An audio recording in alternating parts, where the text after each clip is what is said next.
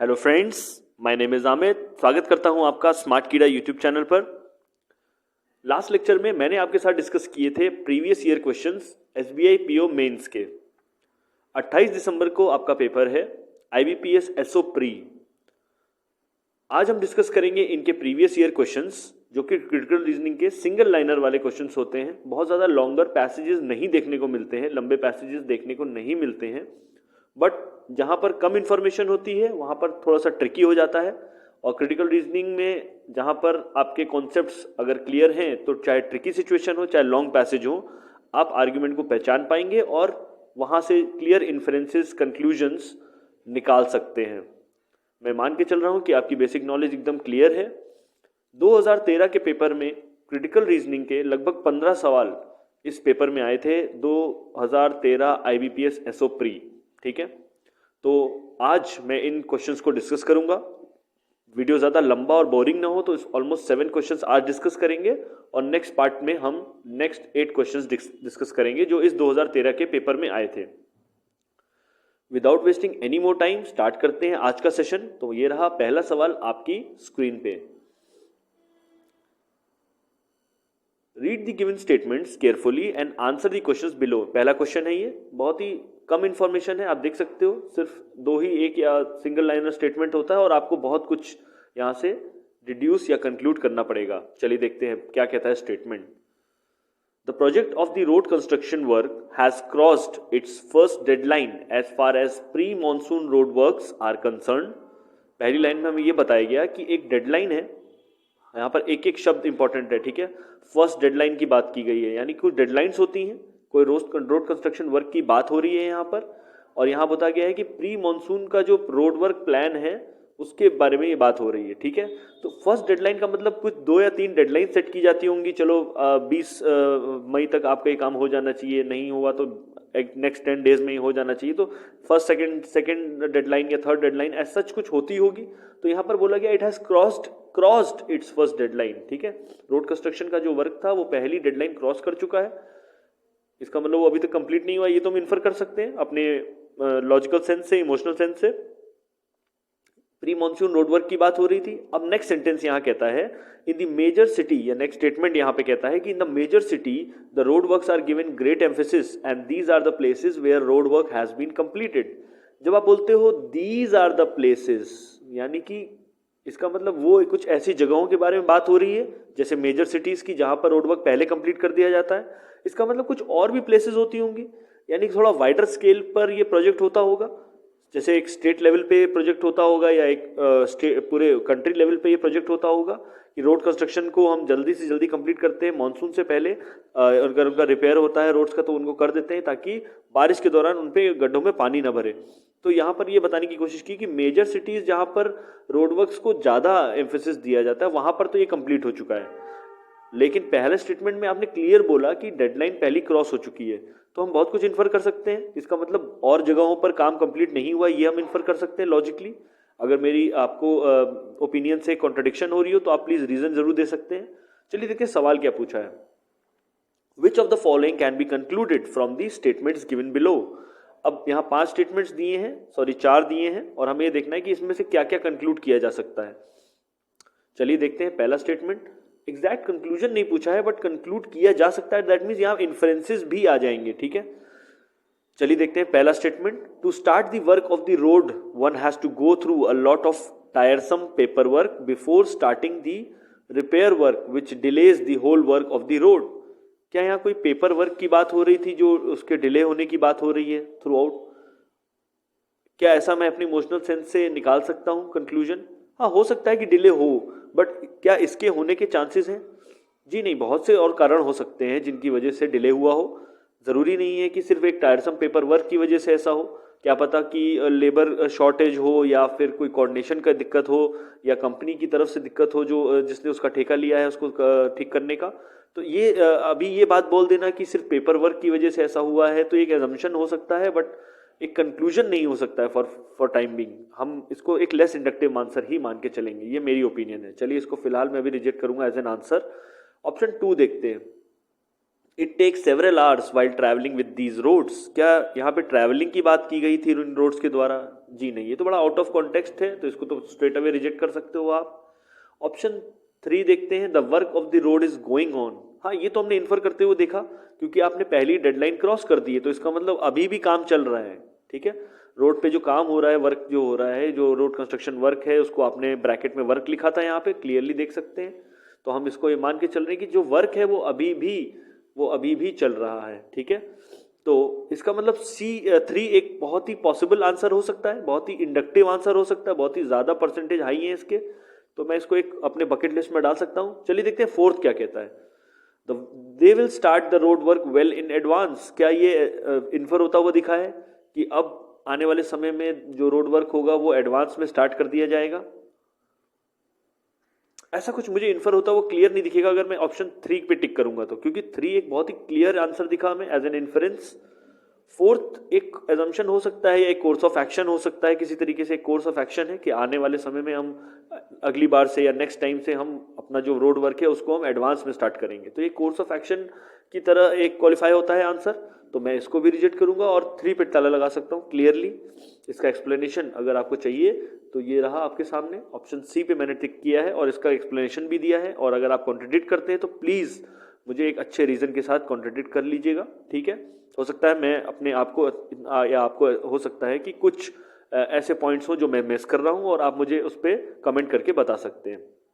चलिए देखते हैं नेक्स्ट क्वेश्चन, यहाँ से क्लियर करेंगे। क्वेश्चन नंबर 2 थोड़ी सी यहाँ ज़्यादा इन्फॉर्मेशन है तो फास्ट करेंगे, लेकिन यही जो पैसेज है इसी के डायरेक्शंस और इसी के क्वेश्चन चेंज हो जाएंगे, डायरेक्शन सेम रहेंगे।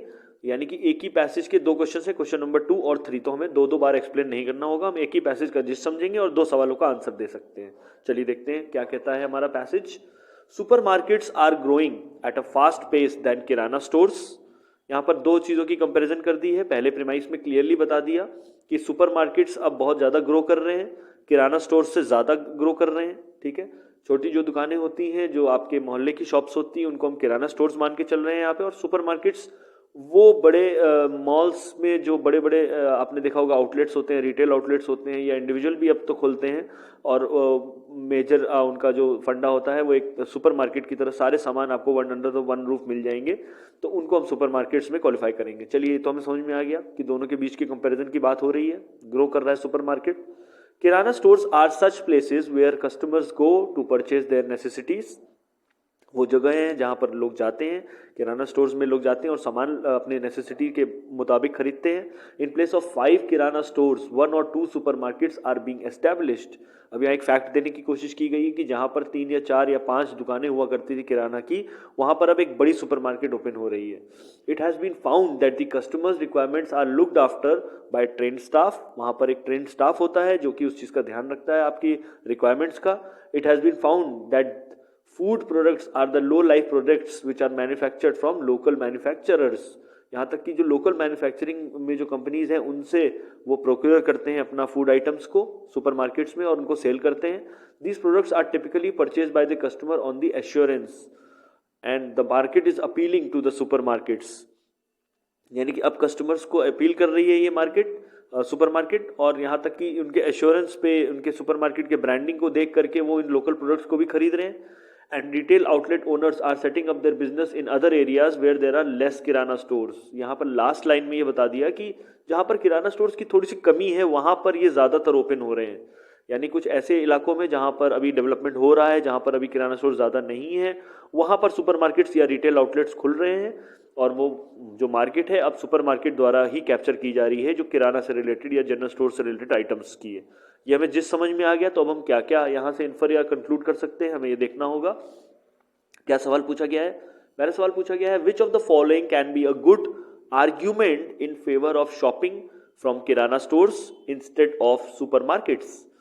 मतलब हमें उन आर्ग्यूमेंट्स को यहाँ पे ढूंढना है या देखना है कि जो ये चीज इस बात को फेवर करें कि किराना स्टोर्स से शॉप करना ज़्यादा बेहतर होगा, ना कि सुपरमार्केट से। ठीक है, बहुत ही हमें लॉजिकल सेंस से इस चीज़ को यहाँ देखना होगा। अभी तक तो हमने जो थ्रू आउट जो पूरे पैसेज में समझा वो यही समझा कि सुपरमार्केट ज़्यादा अपीलिंग है आज की डेट में, और वो ज़्यादा ख्याल रख रही हैं कस्टमर्स का, और कस्टमर्स भी चाह रहे हैं कि हमें अंडर दी वन रूफ हमें सारा सामान मिल जाए, पर हमें तो वो आर्ग्यूमेंट्स ढूंढने हैं जो किराना स्टोर के लिए फेवर करता हो। तो हमें इसका मतलब देखने होंगे ऑप्शंस। चलिए देखते हैं क्या है। पहला स्टेटमेंट क्या कह रहा है? पहला स्टेटमेंट कहता है the people prefer supermarkets because they offer a large variety of products, that is products other than the FMCG, and they can buy everything under one roof। ये तो सुपरमार्केट्स को फेवर करता हुआ ऑप्शन है, तो obviously हम इसे reject कर देंगे। हमें तो किराना स्टोर वाला फेवर देखना है। तो ऑप्शन 2 देखते हैं। People end up buying, sorry ये देख रहे हैं हम, people end up buying other irrelevant things along with those on their shopping list in supermarkets and then they have to stand in long queues at the billing counters. यहाँ पर तो कौन बता दिए आपने, यानी कि हमने ये बता दिया कि सुपरमार्केट में तो आप सामान खरीदने जाते हो तो आपको लंबी लाइनों में लगना पड़ता है, और लोग ऐसी चीज़ें खरीद लेते हैं जो कि इररेलेवेंट है, जो किसी भी तरीके से रेलेवेंट नहीं है। हम गए थे कुछ खरीदने लेकिन खरीद के कुछ और आ गए, इसको इम्पल्स बाइंग भी बोलते हैं। तो इसका मतलब क्या हम बोल सकते हैं, ये एक कौन है सुपरमार्केट से, तो हम फेवर क्या करेंगे, किराना को। तो ये वो स्टेटमेंट है जो फेवर करेगा कि आप किराना से सामान खरीदिए, वहाँ आपको लंबी लाइनों में नहीं लगना पड़ता, और ना वहाँ आप इररिलेवेंट चीज़ें खरीदते हैं। आपको जो खरीदना था अपने रिक्वायरमेंट से आपने वो खरीदा और आप चले आए।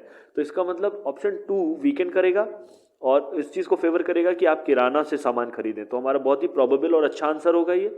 चलिए बाकी को भी रिजेक्ट कर देते हैं। ऑप्शन 3 कहता है most kirana stores are closed at least 1 day in a week where supermarkets are open 365 days a year.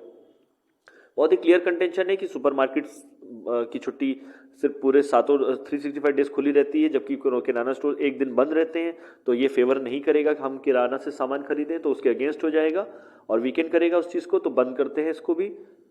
Option 4 kirana stores do not accept debit and credit cards, ये भी उसके अगेंस्ट है किराना के, क्योंकि सुपरमार्केट में तो आप डेबिट और क्रेडिट कार्ड यूज़ कर सकते हैं, किराना में मोस्टली कैश चलता है। तो ये एक अनफेवर करेगा कि मैं किराना से सामान खरीदूं और सुपरमार्केट से ही प्रीफर करूं सामान खरीदूं, तो इसको भी रिजेक्ट कर सकते हैं। ऑप्शन 2 बहुत ही क्लियर आंसर था, बहुत ही आसान क्वेश्चन था ये, बहुत ही इजीली आप इस पर टिक कर सकते थे और आराम से नंबर पा सकते थे। चलिए देखते हैं नेक्स्ट क्वेश्चन, इसी में बेस्ड है इसका एक्सप्लेनेशन। जो अभी हमने देखा क्वेश्चन, उसको आप स्क्रीनशॉट लेके पढ़ सकते हैं, और मैं बढ़ूंगा नेक्स्ट क्वेश्चन की तरफ। इसी में ही क्वेश्चन नंबर 3 पूछा गया है, which of the following can be inferred from the given information. अब इसमें से क्या इन्फर हो सकता है, और यहाँ पर एक्सप्लेन भी किया है, an inference is something that is not directly stated but can be inferred from the given information. जो कि इम्प्लिसिट होता है, ये हमें पता है, पैसेज में दिखता नहीं है, बट हम तो इन्फर कर सकते हैं अपने लॉजिकल और क्रिटिकल सेंस से। चलिए देखते हैं पहला स्टेटमेंट क्या कहता है। Most supermarkets and retail outlet owners choose to set up businesses in areas that have very few kirana stores. क्या इस पूरे पैसेज में मुझे ये समझ में आया कि सुपरमार्केट्स से लोग अगर सामान खरीद रहे हैं, और इसका मतलब ये हुआ कि सुपरमार्केट से प्रेफर्ड एक आउटलेट है किराना स्टोर से, और जहाँ पर किराना कम होंगे वहाँ पर ही सुपरमार्केट सेटअप हो रहे। Last line of the passage ने हमें ये बताया था, तो हम क्लियरली इन्फरेंस कर सकते हैं। ऑप्शन 1 एक क्लियर इन्फरेंस है। क्यों? क्योंकि वो वहाँ पर चूज करते हैं जहाँ पर वेरी फ्यू किराना स्टोर्स होंगे। ठीक है, सुपरमार्केट्स वहाँ पर आना चाह रहे हैं जहाँ पर किराना स्टोर्स कम है, जहाँ डिमांड ज़्यादा होगी, और जहाँ अंडर डेवलप, ये मैंने बोला भी, जहाँ पर अंडर डेवलप एरिया होगा, जहाँ पर कम किराना स्टोर्स होंगे, वहाँ पर ज़्यादा सुपरमार्केट्स आएंगी। तो पहला ऑप्शन बिल्कुल क्लियर इन्फर होता हुआ दिखा, बहुत ही अच्छा आंसर हो, बहुत ही हाईली इंडक्टिव आंसर है, इसके चांसेस ज़्यादा हैं। तो चलिए इसको हम अपने बकेट लिस्ट में रखेंगे और हम बाकी को देखेंगे। People tend to trust retail outlets and supermarkets when it comes to buying high value products as opposed to buying them from local shops। क्या ऐसा हमें कहीं इन्फर होता हुआ दिखा कि वो रिटेल आउटलेट और सुपरमार्केट्स में जब वो जाते हैं और they value to high value products को खरीदना चाहते हैं as opposed to buying them from local shops, ऐसा कुछ मुझे कहीं महसूस हुआ कहीं थ्रू आउट पैसेज की जिस्ट में? नहीं, ऐसा तो कुछ भी महसूस नहीं हुआ। बिल्कुल हम इसको आउटराइटली रिजेक्ट कर सकते हैं, बिकॉज पीपल ऐसा तो कहीं नहीं दिखा कि पीपल जो है रिटेल आउटलेट्स और सुपरमार्केट्स को ज़्यादा प्रेफर करते हैं जब वो हाई वैल्यू प्रोडक्ट्स खरीदें। यहाँ हाई और लो की कोई बात थ्रू आउट नहीं हुई है, तो मैं इसको रिजेक्ट कर सकता हूँ। ऑप्शन 3 देखते हैं। If there are two or more kirana stores in a typical residential area the competition among them is very high. जी बिल्कुल आउट ऑफ कॉन्टेक्स्ट है, पैसेज में कहीं इसका कोई लॉजिकल एक्सप्लेनेशन नहीं दिया है कि 2 किराना स्टोर्स के बीच में क्या कॉम्पिटिशन्स होते हैं, तो इसको भी रिजेक्ट कर सकते हैं आउटराइटली। ऑप्शन 4 आप देखेंगे, kirana stores owners are vying to acquire franchisees of supermarkets as the local shops have lost their charm and business। क्या ऐसा कुछ है कि किराना स्टोर्स जो हैं वो अब आने वाले समय में फ्रेंचाइजी ऑफ सुपरमार्केट्स ढूंढेंगे क्योंकि अब लोग लोकल शॉप से खरीदना नहीं पसंद करते हैं? क्या ये कहीं इन्फर होता हुआ दिखा थ्रू आउट पैसेज में? हमें तो बस ये समझ में आया कि सुपरमार्केट्स वहाँ आ रही हैं जहाँ पर लोकल किराना स्टोर थोड़े से कम है, तो ये भी रिजेक्ट होता हुआ आंसर है, कहीं से भी इन्फर होता हुआ नहीं दिखेगा। ऑप्शन 5 भी रिजेक्ट कर सकते हैं। Kirana stores do not sell the products which consumers have on their regular shopping list, so they have to depend on supermarkets। ऐसा कुछ हमें कहीं महसूस नहीं हुआ कि किराना स्टोर्स वो प्रोडक्ट्स को नहीं सेल कर रहे हैं जो कि ज़्यादातर कंज्यूमर्स बाय करना चाहते हैं और इसीलिए वो सुपरमार्केट्स में ही डिपेंड हो रहे हैं, हमें ऐसे प्रोडक्ट्स नहीं मिल पा रहे हैं। क्या ऐसा कुछ इन्फर होता हुआ दिखा? वो भी नहीं दिखा। हमें लोकल प्रोडक्ट्स के बारे में बात की थी जो कि मैन्युफैक्चर्ड होते थे और सुपरमार्केट्स में अपील करके बिकते थे, हमें ये पता था, तो इसको भी हम रिजेक्ट कर सकते हैं। ऑप्शन 1 बहुत ही क्लियर आंसर होगा, बहुत ही क्लियर इन्फ्रेंस शुरू में ही दिख गया हमें, और हम बाकी को सिर्फ 4 को तो सिर्फ रिजेक्ट करना था हमें। चलिए ठीक है, इसको भी हम क्लियर करते हैं। इसका एक्सप्लेनेशन अगर आपको चाहिए तो यहाँ पे रहा आपकी स्क्रीन पे, इसको स्क्रीनशॉट ले सकते हैं और मैं बढ़ूंगा नेक्स्ट क्वेश्चन की तरफ। Question number 4, read the following statements carefully and answer the questions below. फिर से थोड़ी सी इंफॉर्मेशन ज़्यादा है लेकिन ये 2 क्वेश्चंस के लिए है, क्वेश्चन नंबर 4 के लिए एंड क्वेश्चन नंबर 5 के लिए। तो हम पढ़ेंगे, mobile technology has played great role in growth and development of society. Earlier cellphone was used as a medium of conversation only. यहाँ पर क्लियर बताया गया है किसके बारे में? मोबाइल टेक्नोलॉजी के बारे में, कि अब it has played a very great role. अब हमारी सोसाइटी में इसके लिए मोबाइल फ़ोन के लिए एक बहुत बड़ी जगह है। बिना मोबाइल के हमारा ग्रोथ और डेवलपमेंट होना पॉसिबल नहीं है, वो तो हम देख भी रहे हैं।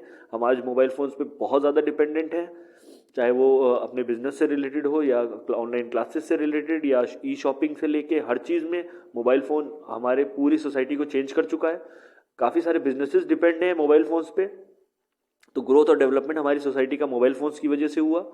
And earlier cell phone was use as a medium of conversation only, ये भी हमें पता है, सिर्फ कम्युनिकेट करने के लिए मोबाइल फोन्स का इस्तेमाल होता था। लेकिन now mobile phones also support a wide variety of other services just such as texting, email, internet access etcetera. इन सब के लिए हम इस्तेमाल करते हैं, इंटरनेट एक्सेस के लिए भी करते हैं, अपना ईमेल सेट करने के लिए भी, टेक्स्ट करने के लिए भी, इस सब का इस्तेमाल हम करते हैं।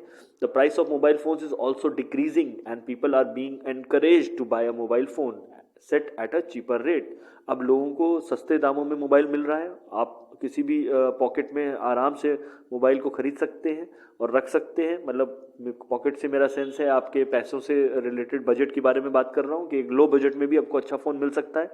The mobile technology and smartphones have the capabilities of handling video calls, sharing large files. ये हमें पता है। अब जो आने वाले स्मार्टफोन्स हैं उनमें आप देख सकते हैं कि उनके अंदर वीडियो कॉल्स को और लार्ज फाइल्स को शेयर करने की क्षमता होती है। Mobile technology has made it more efficient to conduct businesses.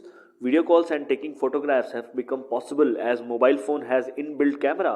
अब आपको एक कैमरा रखने की भी आवश्यकता नहीं है। यहाँ पे बोला है therefore there is no need to carry around a camera everywhere you go, क्योंकि फ़ोन्स में कैमरास भी होते हैं। तो अब आपको वीडियो कॉल्स और फोटोग्राफ्स लेने के लिए कैमरे की अलग से एक इस्तेमाल करने की आवश्यकता नहीं है। वही एज अ कम्युनिकेटिंग डिवाइस भी काम करेगा और आपका बिजनेस के लिए भी वो काम आएगा थ्रू आउट, और आपको कैमरे की आवश्यकता नहीं पड़ेगी क्योंकि फोटोग्राफ्स भी आप उससे ले सकते हैं। तो ये तो हमें कंटेंशन क्लियर हो गया।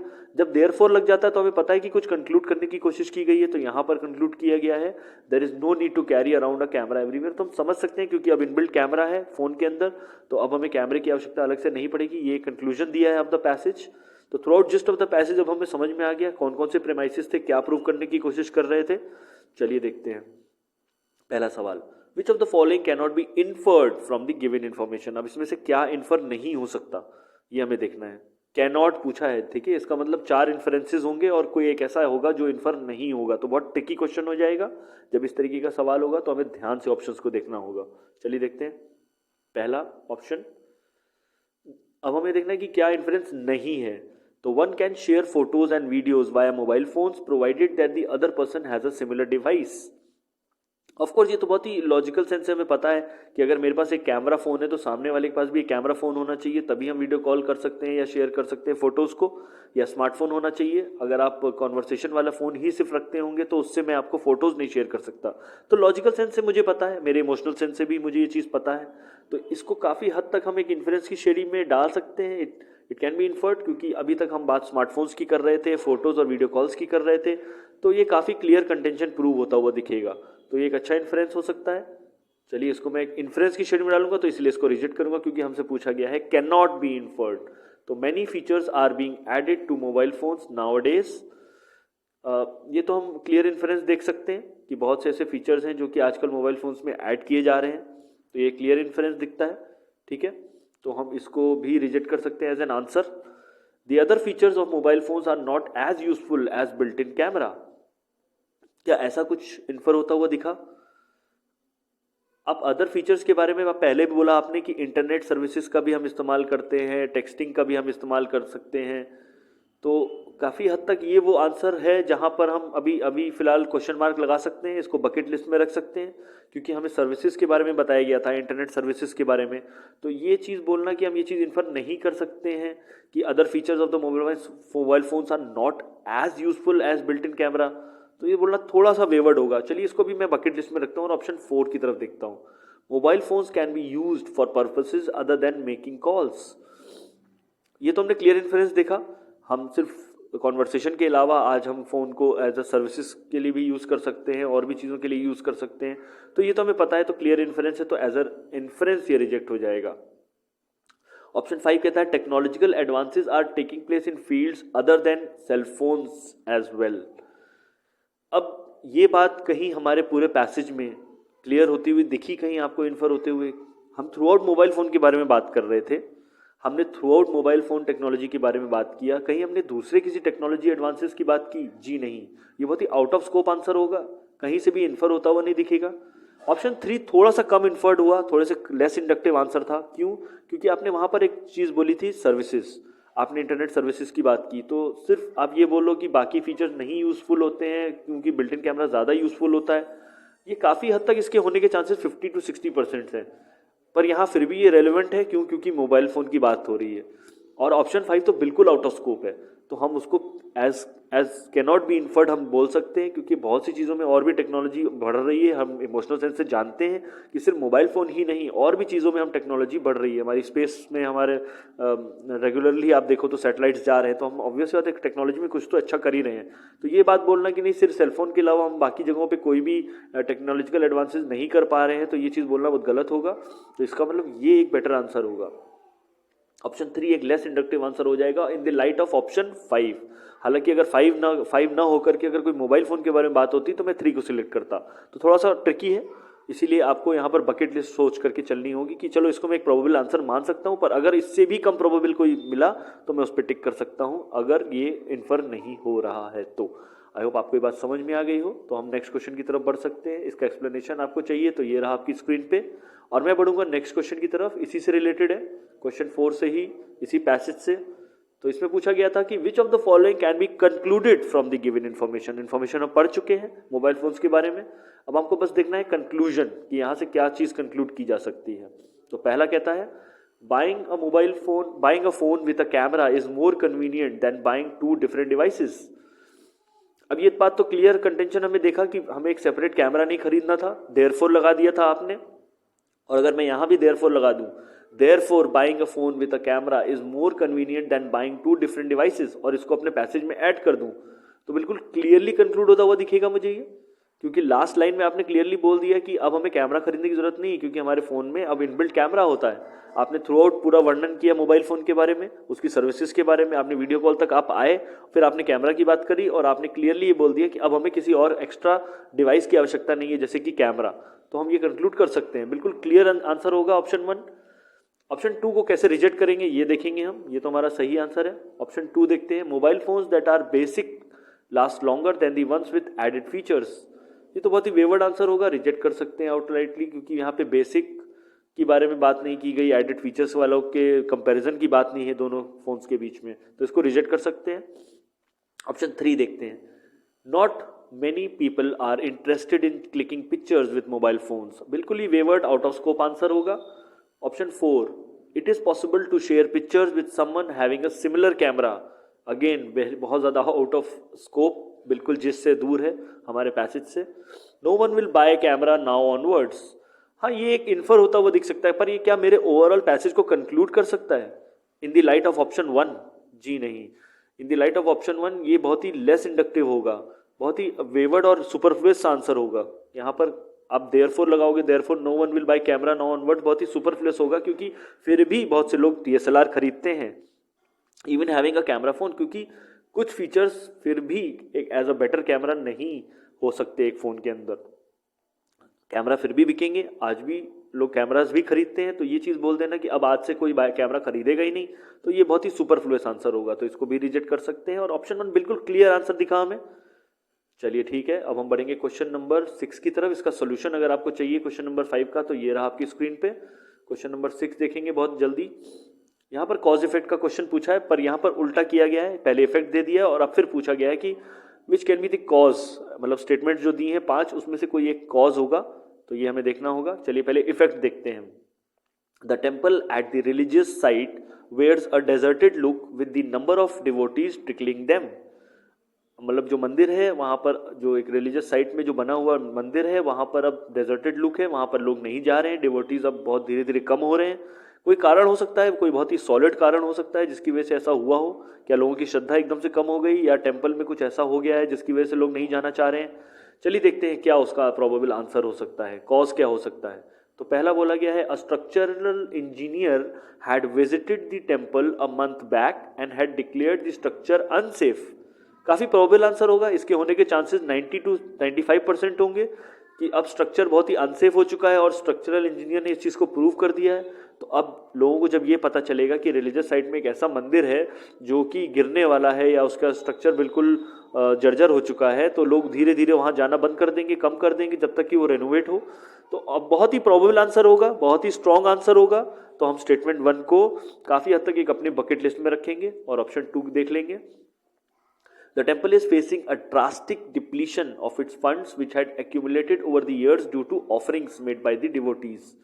क्या ऐसा कुछ हुआ होगा कि बहुत ही ड्रास्टिक डिप्लीशन हो गया फंड्स का और इसकी वजह से जो है कुछ दिक्कत आ गई, लोगों का जाना वहाँ बंद हो गया? जी नहीं, ये थोड़ा सा एक सुपरफ्लुअस आंसर होगा कि अगर टेम्पल में बहुत ही कम पैसा आ रहा है तो क्या लोग वहाँ जाना और भी बंद कर देंगे? ऐसा तो बोलना बहुत ही बेवर्ड और सुपरफ्लुअस होगा कि ऑफरिंग्स कम जा रही थी और इसी वजह से अब और कम जा रही हैं. ये बड़ा एक circular reasoning type of answer हो जाएगा, तो मैं इसको फिलहाल रिजेक्ट कर दूंगा एज एन आंसर, क्योंकि 1 मेरे पास बहुत ही स्ट्रॉन्ग आंसर था, एक बहुत ही लॉजिकल पॉइंट ऑफ व्यू से बहुत ही अच्छा आंसर था मेरे पास एज एन कॉज. चलिए देखते हैं statement 3. The local corporation decided to donate a huge amount of money to the temple for its renovation. क्या ये आंसर होगा? बिल्कुल, काफ़ी हद तक अच्छा आंसर होगा ये, लेकिन ये एक कोर्स ऑफ एक्शन है. अगर हम 1 को फॉलो करते हुए इस 3 को फॉलो करें तो हमें एक कोर्स ऑफ एक्शन दिखेगा. अगर एक स्ट्रक्चरल इंजीनियर ने ये घोषित कर दिया है कि स्ट्रक्चर अनस्टेबल है, तो एक लोकल कॉर्पोरेशन इस बात के लिए डिसीजन ले सकती है कि हमें बहुत सारा पैसा चाहिए ताकि हम टेम्पल को रेनोवेट कर सके, तो वो डोनेट करेगी उस पैसे को.